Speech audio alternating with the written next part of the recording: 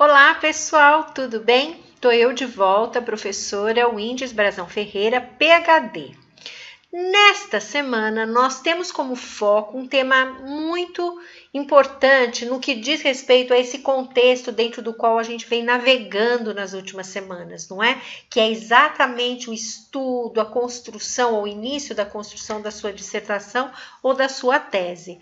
A gente falou recentemente sobre o levantamento bibliográfico e como é que você faz isso passo a passo. Bem, hoje o foco é o estado da arte. Muita gente não sabe nem o que significa o estado da arte ou, como também é dito, state of art. Esse é um tema muito importante para quem está na pós-graduação estrito sensu. Por quê? Porque quando nós estamos fazendo uma pesquisa, necessariamente é condição sine qua non estruturar, elaborar o state of art daquele objeto de estudo. Então, é sobre isso que a gente vai falar hoje aqui no Calão Science, o canal que não tem medo de dizer a verdade sobre a pós-graduação no Brasil, ok? Até já!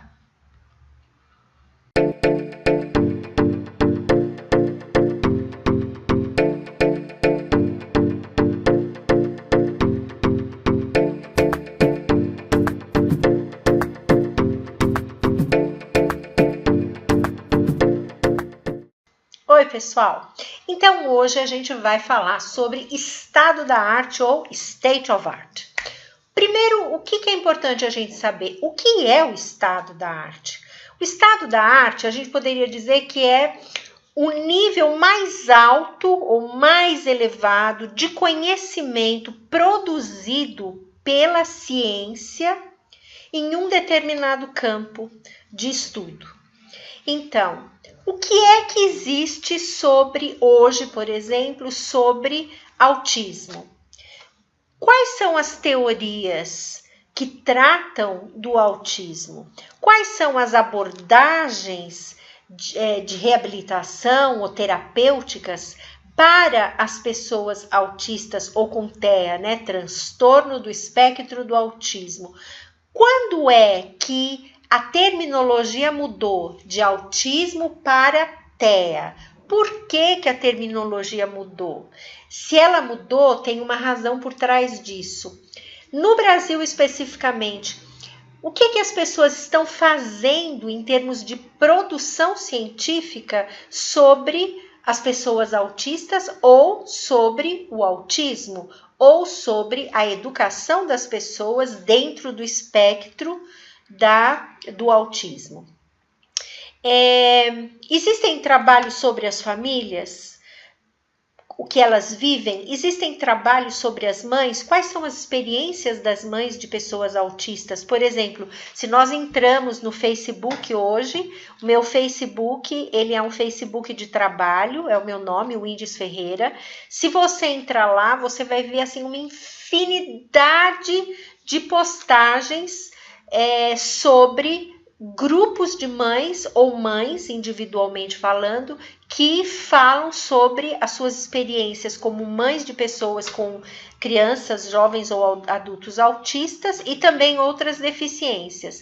E também sobre conhecimentos, por exemplo, no campo da medicina, no campo da psicologia, no campo da educação, enfim. As pessoas estão compartilhando o tempo todo essas informações no campo dos medicamentos e também dos suplementos alimentares e por aí vai. Então, veja, com esse exemplo eu quero te dizer que quando você faz o estado da arte, eu vou repetir, você está buscando o que existe de mais avançado, mais desenvolvido num período de tempo. Lembra que eu falei para vocês? A revisão de literatura, ela tem que acontecer num período de tempo. Claro que você pode fazer um estudo histórico de 1900, desde que você esteja no campo de conhecimento que tenha produção naquele período. Mas, geralmente, hoje, há uma tendência para as pessoas fazerem revisões de literatura que são mais próximas historicamente a si próprios, né? Por quê? Porque é o universo que nós conhecemos. E a ciência, ela tem um papel social fundamental que é exatamente construir conhecimentos que vão favorecer o desenvolvimento social, econômico, humano e por aí vai. Então, veja, o estado da arte é exatamente a revisão de literatura num determinado período de tempo, plus, mais este conhecimento que foi produzido em função de questões específicas. Então, há uma legislação para as pessoas autistas? Sim. Quando é que ela foi publicada? Como é que foi o processo histórico da aprovação dessa legislação? Quem que estava envolvido? Como é que essa legislação provocou impacto, por exemplo, no âmbito da educação, no âmbito da saúde, no âmbito social da vida das pessoas que estão dentro do espectro do autismo? Enfim, então vocês percebem com esse exemplo, né, das pessoas autistas, que existe uma série de conhecimentos produzidos que precisam ser articulados. Então, como é que você faz esta articulação? Bom, quando nós estamos falando de revisão de literatura, porque o estado da arte é a compilação da revisão de literatura, mais os outros elementos históricos que foram produzidos nesse processo. Revisão de literatura, artigos científicos, dissertações e teses, outros elementos, entrevistas com scholars, com acadêmicos de renome na televisão, filme que foi produzido pela BBC e outros elementos que você consegue encontrar, um ensaio sobre o tema específico que é compatível com o seu objeto de estudo e por aí vai. Existem 3 tipos de revisão de literatura. Existe uma revisão de literatura que é mais simples. Então, ela é chamada de revisão de literatura narrativa. O que você faz? Você simplesmente faz um levantamento, vamos supor, de 2014 a 2019, a produção científica num determinado tópico. Vamos pensar que é a produção científica sobre autores que escreveram sobre gênero no Brasil ou no Nordeste. Tem muita gente que gosta de pegar uma fatia, ou na cidade de João Pessoa, ou na Universidade X, Universidade Federal da Bahia. Então, o que você vai fazer? Você pode fazer esse recorte bem definido. Então, se eu estou fazendo uma pergunta de pesquisa, se eu estou fazendo uma revisão de literatura que pretende responder a uma pergunta, então eu vou fazer uma revisão de literatura que ela é mais sistemática. Então, na primeira narrativa, eu apresento os dados, o que é que está sendo discutido, e eu não tenho como objetivo fazer um diálogo com os autores, uma análise teórico-crítica mais elaborada. Não precisa. Neste segundo caso, quando eu tenho um foco específico, eu tenho um problema de pesquisa e eu quero saber o que a literatura diz sobre este problema de pesquisa. Então, eu tenho uma revisão de literatura sistemática. E a última é uma revisão de literatura que é mais elaborada, ela é mais aprofundada. Ela tem como objetivo não só dialogar com os autores que fizeram as produções teórico-científicas, mas também integrar esse conhecimento. Então, você tem a revisão de literatura integrativa, né? Nesse momento, se a gente tivesse que pensar aonde que você encaixa esse processo, eu diria: a narrativa, eu penso que ela cai bem para um TCC, um trabalho de conclusão de curso, de graduação, e também para um trabalho de um curso de especialização lato sensu, né?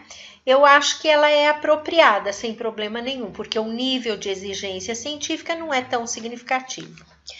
A análise sistemática, eu já acho que ela cabe bem para um mestrado. Então, quando você define, você caracteriza, você delineia o seu objeto de estudo, você vai olhar para ele baseado na revisão de literatura e você vai ver, bom, o que é que as pessoas estão falando sobre isso? E existem inúmeros elementos que precisam ser conhecidos pelo pesquisador. Eu já falei aqui, a pesquisa, ela significa um funil. Você começa na sua graduação com uma formação bem abrangente numa determinada área e gradualmente, conforme você vai se qualificando em termos superiores, então especialização, mestrado, doutorado, você vai se afunilando, ou seja, você vai afunilando o seu conhecimento que vai ficando cada vez mais especializado, ou seja, você se torna um expert, um especialista naquela área de conhecimento. Então, você tem que conhecer o que está acontecendo nessa área. Bem, então, esses são elementos básicos, né? Estado da arte, a revisão de literatura é uma etapa do estado da arte num período de tempo definido e com outros elementos que constituem tudo o que diz respeito àquele universo, àquele objeto de estudo, àquele contexto dentro do qual o objeto de estudo se insere. Se você passar para o nível só da revisão de literatura, então você tem uma revisão de literatura que é a narrativa, uma que é sistemática e uma que é integrativa. Então, eu imagino TCC, monografia, mestrado e doutorado. Bem, você lembra que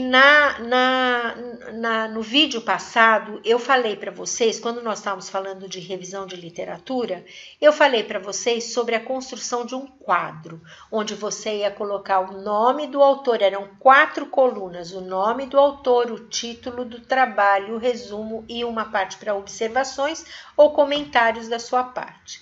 Então, quando você vai lendo todo o material que você levantou, selecionou criteriosamente, você começa a ganhar uma perspectiva abrangente a respeito do contexto dentro do qual o seu objeto de estudo se insere. Tanto nos aspectos teóricos, científicos produzidos, como nos aspectos metodológicos e procedimentos que foram adotados no desenvolvimento da pesquisa.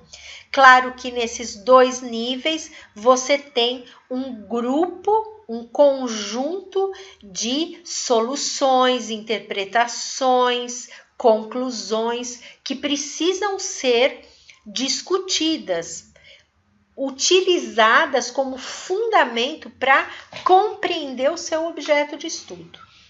Mas veja, isso é só a revisão de literatura, isso é só o estado da arte que você constrói, que geralmente é o primeiro capítulo da dissertação ou da tese ou do TCC, não importa, de qualquer trabalho científico. Bem, então, uma vez que você conseguiu estruturar essa parte inicial, o que você tem que colocar aí? Agora eu vou te dar um exemplo concreto, ok? Eu vou mostrar para vocês, eu tenho aberto aqui no meu computador, um trabalho que foi escrito, certamente coordenado pela professora Marli André, que é da área de educação, e ela é uma autora bastante conhecida na área de metodologia da pesquisa. Então, a professora escreveu com outras pessoas, né? Regina Simões, Janete Carvalho e Iria Berzinski. O artigo dela é chamado Estado da Arte da Formação de Professores no Brasil. Até legal você anotar, porque é uma oportunidade para você ter pelo menos um ponto de referência. Então, tem um breve resumo. Olha que interessante. O presente trabalho busca fazer uma síntese integrativa. Então, o que você sabe? Que ela vai fazer uma revisão de literatura dos trabalhos publicados e que ela pretende analisar criticamente, comparar esses trabalhos e chegar às conclusões. Então, ela tem uma revisão de literatura que é integrativa. Então, ela pretende fazer uma síntese integrativa do conhecimento sobre o tema da formação de professor. Eu escreveria professora e professor. Com base na análise, ela está explicando aonde que ela vai buscar esse conhecimento, em dissertações e teses defendidas nos programas de pós-graduação em educação do país. Então, ela está olhando para onde? Para todos os programas de pós-graduação no país, porque ela poderia dizer, nos programas de pós-graduação das universidades federais nordestinas. Essa é uma decisão do pesquisador ou da pesquisadora. É você que faz esse recorte, que define critérios do período em que você vai buscar essas informações e de onde você vai buscar essas informações. Nesse caso, eu já sei que ela está interessada em fazer um estado da arte da produção científica em âmbito nacional, ou seja, no Brasil. Ela não fez aqui uma distinção entre universidades federais, estaduais e privadas, no resumo. E no período, então, do país, né, a pós-graduação do país, no período de 1990 a 1996. Olha que interessante. De imediato, o que eu lembro? Eu lembro que em 1996 foi publicado a nova Lei de Diretrizes e Bases da Educação Nacional. Então, eu estou aqui interpretando que foi por isso que elas pegaram esse período de 6 anos. Eu não sei aqui quando que este trabalho foi produzido. Aqui não tem um ano. Ok. Então, elas vão fazer um levantamento no período de 1990 a 1996, portanto, 6 anos de produção científica. Além das dissertações e teses, elas vão avaliar os artigos publicados em 10 periódicos da área, e eu posso imaginar, interpretar que elas buscaram periódicos ou revistas científicas vinculadas a instituições de ensino superior que foram publicadas em várias regiões do Brasil. Se o Brasil tem 5 regiões, eu imagino que seja duas revistas de cada região.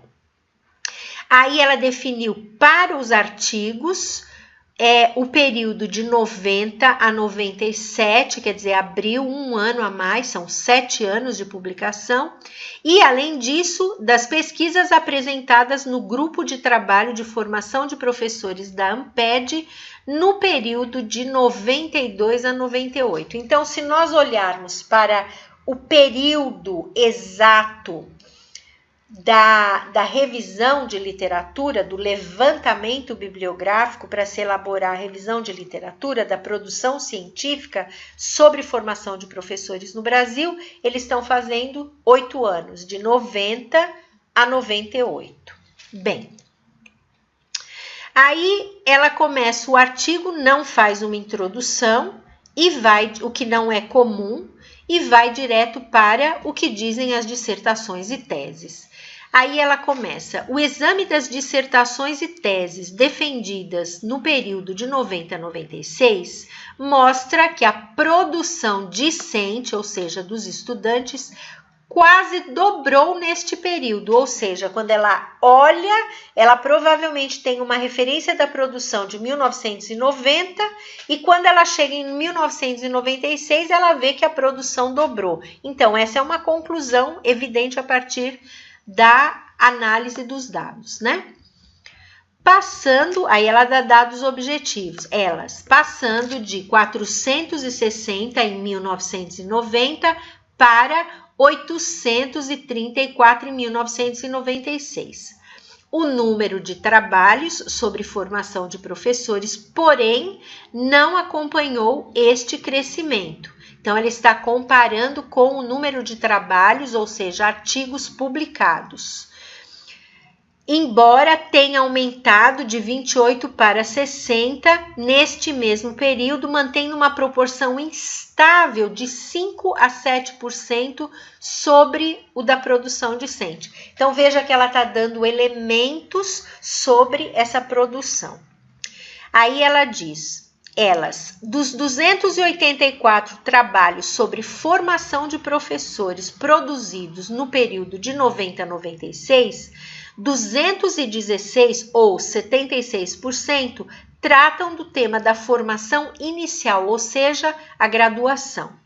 42% abordam a formação continuada e apenas 26% focam o tema da identidade e da profissionalização docente. Olha que interessante, ela já identificou 2 temas chaves que, no caso, são conceitos que vão precisar ser definidos aqui. O que essa literatura diz, ok? Só para vocês sentirem como é que funciona.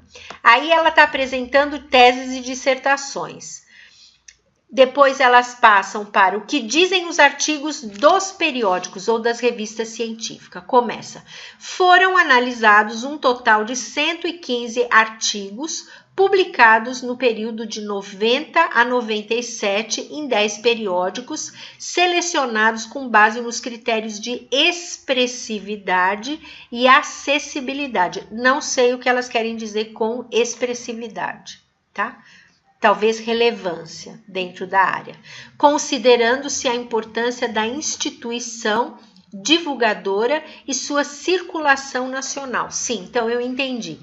Expressividade e acessibilidade tem a ver com as universidades que foram escolhidas. São as universidades que têm uma divulgação significativa, relevante das suas publicações e, obviamente, que tem circulação nacional. Então, por exemplo, você pode comparar a Universidade de Tocantins, que é muito nova, com a USP, né? Então, óbvio que a USP tem uma circulação nacional e a Universidade de Tocantins, muito provavelmente, não, ok? E isso não tem nada a ver com a qualidade do que eles produzem, mas tem a ver com a expressividade da universidade, da instituição de ensino superior. Aí elas continuam, o periódico que concentrou o maior número de artigos sobre formação docente foi o Caderno de Pesquisa da Fundação Carlos Chagas, com um total de 24, percentual entre parênteses, seguido pela Revista Brasileira de Estudos Pedagógicos, com 19%, tecnologia. Aí ela dá uma listinha de periódicos e ela vai categorizando esses periódicos em função das publicações, do maior número de publicações sobre formação de professores. Então, quais foram os temas a seguir? Elas tratam. Os temas mais enfatizados foram XYZ. Os conteúdos incluídos no tema X e Y tratam disso. Então, aí você vai. Aqui, nesse texto, que me surpreende bastante, elas não colocaram nenhum tipo de referência bibliográfica. Isso para uma, ou seja, entre parênteses, o nome dos autores. Para uma tese, uma dissertação, isso é inviável, não pode ser feito assim. Você teria que colocar os conteúdos focalizados no texto sobre a formação inicial. Aí abre parênteses, fulano, beltrano, ciclano, blá, blá, blá, blá, blá, blá, e os anos de produção. Esse seria o correto, ok? Bem, para vocês sentirem um pouco o que significa isso.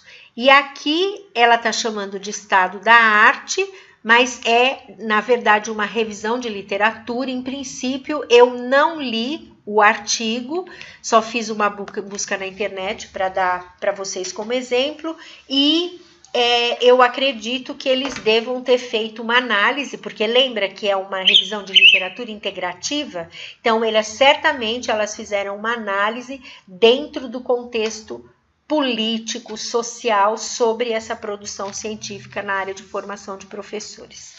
Bem, eu queria dizer para vocês que eu acredito que com esses elementos vocês terão condições de começar a pensar na sua revisão de literatura e na construção do estado da arte. O que é fundamental para você que está começando?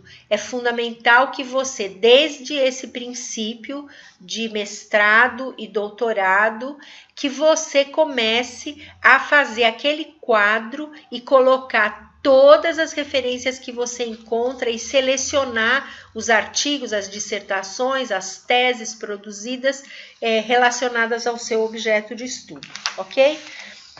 Bem, eu acho que por hoje é só. Volto a dizer que vem surpresa por aí, mas quero dizer para vocês que eu tô super feliz porque o número de seguidores no canal está aumentando, mas para mim isso não é nem o mais importante. Para ser honesta, o mais importante são os feedbacks que vocês mandam para mim sistematicamente, contando como tem sido importante para a sua vida acadêmica assistir aos meus vídeos, né? Várias pessoas falam que os vídeos são bastante acessíveis porque são estruturados, didáticos e por alguma razão também acham que eu compartilho com vocês esses conhecimentos que são bastante complexos, com clareza, né? Quer dizer, eu torno esses conhecimentos fáceis.